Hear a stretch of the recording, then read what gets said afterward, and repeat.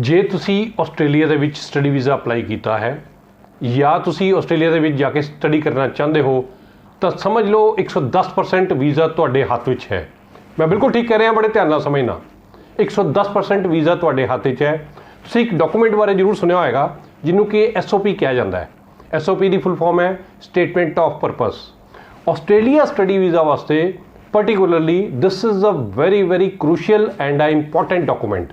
ਉਹ ਕਿਉਂ ਤੇ ਕਿਸ ਤਰ੍ਹਾਂ ਇਸ ਵੀਡੀਓ ਦੇ ਵਿੱਚ ਮੈਂ ਇਹਦੇ ਬਾਰੇ ਡਿਸਕਸ ਕਰਾਂਗਾ।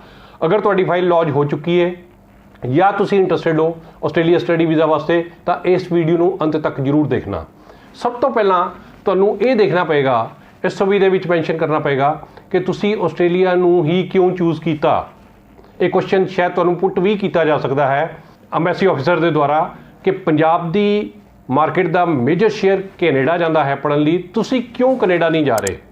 ਜਾਂ ਪੰਜਾਬੀਆਂ ਦੀ ਸੈਕੰਡ ਚੁਆਇਸ ਸਟੱਡੀ ਵਾਸਤੇ UK ਹੈ, ਤੁਸੀਂ UK ਕਿਉਂ ਨਹੀਂ ਜਾ ਰਹੇ, ਤੁਸੀਂ ਆਸਟ੍ਰੇਲੀਆ ਨੂੰ ਹੀ ਕਿਉਂ ਚੁਣਿਆ। ਜੇ ਤੁਸੀਂ ਆਸਟ੍ਰੇਲੀਆ ਨੂੰ ਚੁਣਿਆ ਤਾਂ ਤੁਸੀਂ ਪਾਰਟਿਕੂਲਰਲੀ ਉਹ ਏਰੀਆ ਹੀ ਕਿਉਂ ਚੁਣਿਆ, ਜਦ ਕਿ ਆਸਟ੍ਰੇਲੀਆ ਦੇ ਵਿੱਚ 6 ਸਟੇਟਸ ਨੇ ਔਰ ਕਾਫੀ ਹੋਰ ਅੱਛੇ ਏਰੀਆਜ਼ ਨੇ, ਤੁਸੀਂ ਇੱਕ ਪਾਰਟਿਕੂਲਰ ਏਰੀਆ ਨੂੰ ਕਿਉਂ ਚੁਣਿਆ।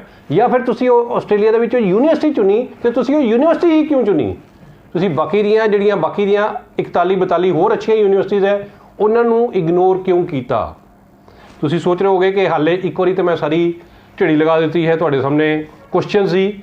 ਇਹੀ ਉਹ ਕੁਐਸਚਨ ਹੈ ਜਿਨ੍ਹਾਂ ਦੇ ਅਗਰ ਤੁਸੀਂ ਪ੍ਰੋਪਰ ਆਨਸਰ ਡੀਪ ਰਿਸਰਚ ਕਰਕੇ ਲੱਭ ਲਏ ਤਾਂ ਸਮਝ ਲਓ ਵੀਜ਼ਾ ਵਾਕਈ ਤੁਹਾਡੇ ਹੱਥ 'ਚ ਹੈ। ਮੈਂ ਹਾਲੇ ਸਟਾਰਟ ਕੀਤਾ ਹੈ, ਮੈਨੂੰ ਐਂਡ ਤੱਕ ਲੈ ਜਾਊਂਗਾ। ਤੁਸੀਂ ਇਹਨੂੰ ਇੱਕ ਚੀਜ਼ ਨੂੰ ਨੋਟਿਸ ਕਰਨਾ, ਅਗਰ ਕੁਝ ਲੋਕ ਪੁਆਇੰਟ ਨੋਟ ਕਰਨਾ ਚਾਹੁੰਦੇ ਆ ਤੇ ਪੁਆਇੰਟ ਨੋਟ ਕਰ ਲਓ। This is going to be a very informative video for point of view of study visa into Australia.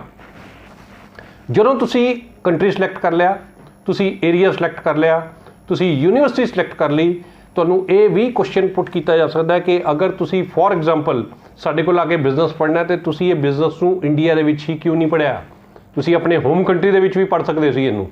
ਇਸ ਦਾ ਜਵਾਬ ਇੱਕ ਗੱਲ ਦਾ ਖਾਸ ਖਿਆਲ ਰੱਖਣਾ, ਰਿਸਰਚ ਕਰਕੇ ਤੁਸੀਂ ਲੱਭੋਗੇ, ਲੇਕਿਨ ਮੈਂ ਤੁਹਾਨੂੰ ਇੱਕ ਟਿਪ ਦੇ ਦਿੰਦਾ, ਕਿਸੇ ਵੀ ਸਟੇਜ ਦੇ ਉੱਪਰ ਤੁਸੀਂ ਇਹ ਆਪਣੇ ਕੰਟਰੀ ਨੂੰ ਡੀਗ੍ਰੇਡ ਨਹੀਂ ਕਰਨਾ।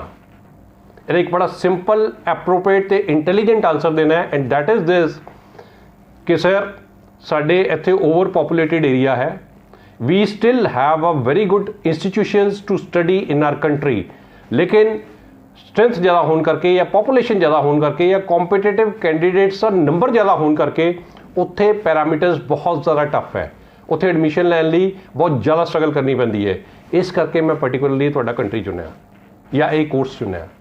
ਇਹਨਾਂ ਚੀਜ਼ਾਂ ਦੇ ਨਾਲ ਮੈਂ ਤੁਹਾਨੂੰ ਅੱਗੇ ਫਰਦਰ ਹੋਰ ਦੱਸਾਂਗਾ। ਇੱਕ ਚੀਜ਼ ਦਾ ਮੈਂ ਤੁਹਾਨੂੰ ਹੋਰ ਟਿਪ ਦੇ ਦਾਂ, ਕਿਸੇ ਵੀ ਆਨਸਰ ਨੂੰ ਧੱਕੇ ਨਾਲ ਦੇਣ ਦੀ ਕੋਸ਼ਿਸ਼ ਨਾ ਕਰਨਾ। ਤੁਹਾਨੂੰ ਹਰ ਆਨਸਰ ਨੂੰ ਜਸਟੀਫਾਈ ਕਰਨਾ ਪਏਗਾ ਲੌਜੀਕਲੀ, ਔਰ ਲੌਜੀਕਲੀ ਜਸਟੀਫਾਈ ਕਰਨ ਦੇ ਲਈ you have to do a very deep and a long research particularly for Australia country.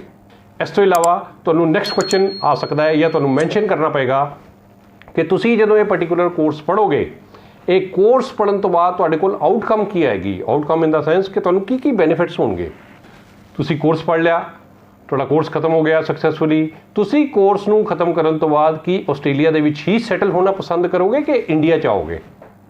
ਜੇ ਤੁਸੀਂ ਇੰਡੀਆ 'ਚ ਆਪਣੇ ਹੋਮ ਕੰਟਰੀ ਵਾਪਸ ਆਓਗੇ ਤੇ ਇੱਥੇ ਆ ਕੇ ਤੁਸੀਂ ਕੀ ਬਿਜ਼ਨਸ ਕਰੋਗੇ ਜਾਂ ਜੌਬ ਕਰੋਗੇ। ਜੇ ਤੁਸੀਂ ਬਿਜ਼ਨਸ ਕਰੋਗੇ ਤੇ ਬਿਜ਼ਨਸ ਦੇ ਵਿੱਚ ਤੁਸੀਂ ਕਿਸ ਟਾਈਪ ਦਾ ਬਿਜ਼ਨਸ ਕਰੋਗੇ।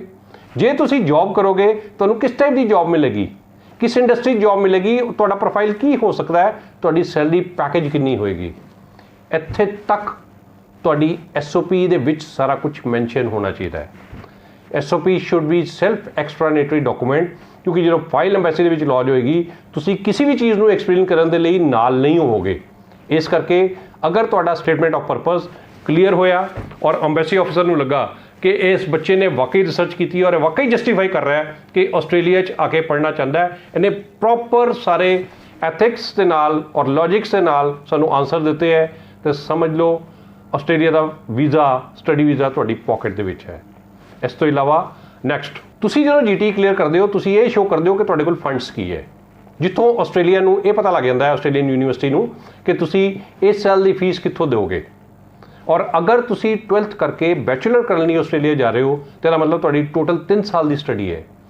ਜੇ ਤੁਸੀਂ 1 ਸਾਲ ਦੇ ਫੰਡ ਦਿਖਾ ਚੁੱਕੇ ਹੋ ਥਰੂ GT, ਤੁਹਾਨੂੰ ਇਹ ਵੀ ਕੁਐਸਚਨ ਪੁੱਟ ਕੀਤਾ ਜਾ ਸਕਦਾ ਹੈ ਜਾਂ ਤੁਹਾਨੂੰ ਇਹ ਵੀ ਦੱਸਣਾ ਪਏਗਾ ਕਿ ਬਾਕੀ 2 ਸਾਲ ਦੀ ਫਰਦਰ ਸਟੱਡੀ ਦੇ ਲਈ ਤੁਸੀਂ ਪੈਸਿਆਂ ਦਾ ਕੀ ਅਰੇਂਜਮੈਂਟ ਕੀਤਾ ਹੈ, ਉਹ ਤੁਸੀਂ ਪੈਸੇ ਕਿੱਥੋਂ ਅਰੇਂਜ ਕਰੋਗੇ। ਇਸ ਚੀਜ਼ ਨੂੰ ਵੀ ਤੁਹਾਨੂੰ ਐਕਸਪਲੇਨ ਕਰਨਾ ਪਏਗਾ। ਇਸ ਟੌਪਿਕ ਦੇ ਨਾਲ ਮੈਨੂੰ ਲੱਗਦਾ ਹੈ ਤੁਹਾਨੂੰ ਕਾਫੀ ਚੀਜ਼ਾਂ ਦੇ ਬਾਰੇ ਕਲੈਰਿਟੀ ਹੋ ਚੁੱਕੀ ਹੋਏਗੀ। ਫਿਰ ਮੈਂ ਤੁਹਾਨੂੰ ਕੁਝ ਟਿਪਸ ਦੇ ਰਿਹਾ। ਅਗਰ SOP ਤੁਹਾਡਾ ਏਜੰਟ ਤਿਆਰ ਕਰ ਰਿਹਾ ਹੈ, ਤੁਹਾਨੂੰ ਇਹਦੇ ਬਾਰੇ ਪੂਰੀ ਨੌਲੇਜ ਹੋਣੀ ਬਹੁਤ ਜ਼ਰੂਰੀ ਹੈ।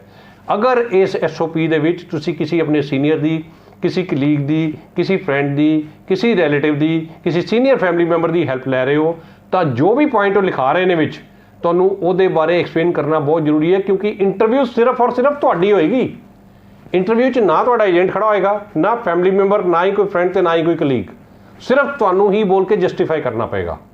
ਔਰ ਅਗਰ ਤੁਸੀਂ ਉਹ ਜਸਟੀਫਾਈ ਕਰ ਗਏ, ਸਮਝ ਲਓ 90% ਵਰਕ ਇਜ਼ ਡਨ। ਬਾਕੀ ਜਿਹੜਾ 10% ਕੰਮ ਹੈ ਉਹ ਸਿਰਫ ਅੰਬੈਸੀ ਦਾ ਕੰਮ ਹੈ।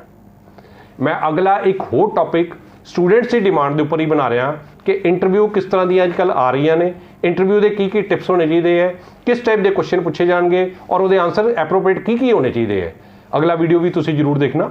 ਫਿਲਹਾਲ ਮੈਂ ਇਸ ਟੌਪਿਕ ਨੂੰ ਇੱਥੇ ਹੀ ਕਲੋਜ਼ ਕਰ ਰਿਹਾ। ਜੇ ਇਸ ਟੌਪਿਕ ਦੇ ਬਾਰੇ, ਇਸ ਵੀਡੀਓ ਦੇ ਬਾਰੇ ਤੁਹਾਨੂੰ ਕੋਈ ਕਲੈਰੀਫਿਕੇਸ਼ਨ ਚਾਹੀਦੀ ਹੈ, ਤੁਹਾਨੂੰ ਕੋਈ ਡਾਊਟ ਹੈ ਜਾਂ ਤੁਸੀਂ ਆਪਣੇ ਪ੍ਰੋਫਾਈਲ ਦੇ ਬਾਰੇ ਕੋਈ ਡਿਸਕਸ਼ਨ ਕਰਨਾ ਚਾਹੁੰਦੇ ਹੋ, ਤਾਂ ਸਟੱਡੀ ਨੈਕਸਟ ਗਲੋਬਲ ਦੀ ਆਸਟ੍ਰੇਲੀਆ ਟੀਮ ਨੂੰ ਕੰਟੈਕਟ ਕਰਨਾ ਬਿਲਕੁਲ ਵੀ ਨਾ ਭੁੱਲੋ। ਥੈਂਕ ਯੂ ਜੀ, ਥੈਂਕ ਯੂ ਵੈਰੀ ਮਚ।